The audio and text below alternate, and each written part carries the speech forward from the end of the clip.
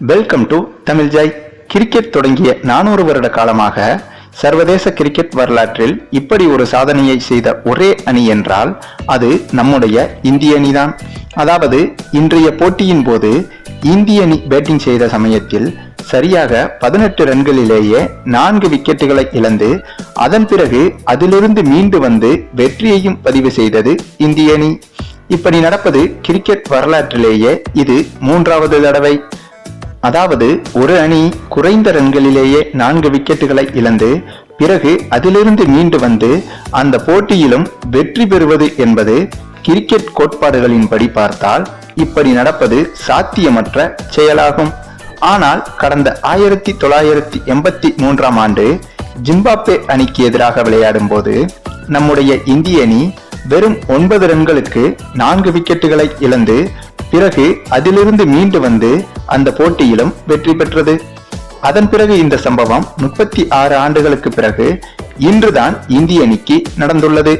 மேலும் அதே போல குறைந்த ஸ்கோரான 18 ரன்களில் 4 விக்கெட்டுகளை இழந்து பிறகு அதிலிருந்து மீண்டு வெற்றியும் பெற்றுவிட்டது இந்திய அணி. அதுவும் ஜிம்பாப்வே அணியை விட பலம் வாய்ந்த அணியான நியூசிலாந்து அணியை அதன் சொந்த மண்ணில் வைத்து இந்த சாதனையை செய்துள்ளது இந்திய அணி.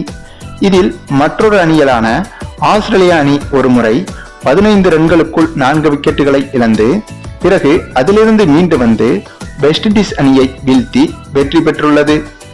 ஆகையால் இப்படி குறைந்த ரன்களில் 4 விக்கெட்டுகளை இழந்து பிறகு அதிலிருந்து மீண்டு வெற்றியடைந்த போட்டிகள் மொத்தம் 3 முறைதான் அரங்கேறியுள்ளது. அதில் முதல் இடத்திலும் 3வது இடத்திலும் நம்முடைய இந்திய அணிதான் உள்ளது. அந்த 2வது இடத்தில் மட்டும் ஒரு முறை ஆஸ்திரேலிய அணி இடம்பெற்றுவிட்டது. அப்படி பார்த்தால் மிக குறைந்த ஸ்கோரில் 4 விக்கெட்டுகளை இழந்து பிறகு வெற்றியும் அடைந்த போட்டிகளில் 2 முறை இந்த பட்டியலில் உள்ள ஒரே அணி நம்முடைய இந்திய அணிதான். அதாவது கிரிக்கெட் கோட்பாடுகளால் நிர்ணயிக்க முடியாத ஒரே அணி இந்திய அணிதான் என்பதை மீண்டும் ஒரு முறை இன்றைய போட்டியின் மூலமாக நிரூபித்துள்ளது இந்திய அணி. சரி, நீங்க இப்ப சொல்லுங்க, இந்திய அணியின் இந்த வரலாற்று சிறப்புமிக்க இன்றைய நாளின் வெற்றியை பற்றி நீங்க என்ன நினைக்கிறீங்கன்னு உங்களுடைய கருத்துக்களையும் கமெண்ட்ல தெரிவிங்க. இந்த வீடியோ உங்களுக்கு பிடித்திருந்தால் லைக் பண்ணுங்க, உங்க ஃப்ரெண்ட்ஸ்களுக்கு ஷேர் பண்ணுங்க. தேங்க்ஸ் ஃபார் வாட்சிங்.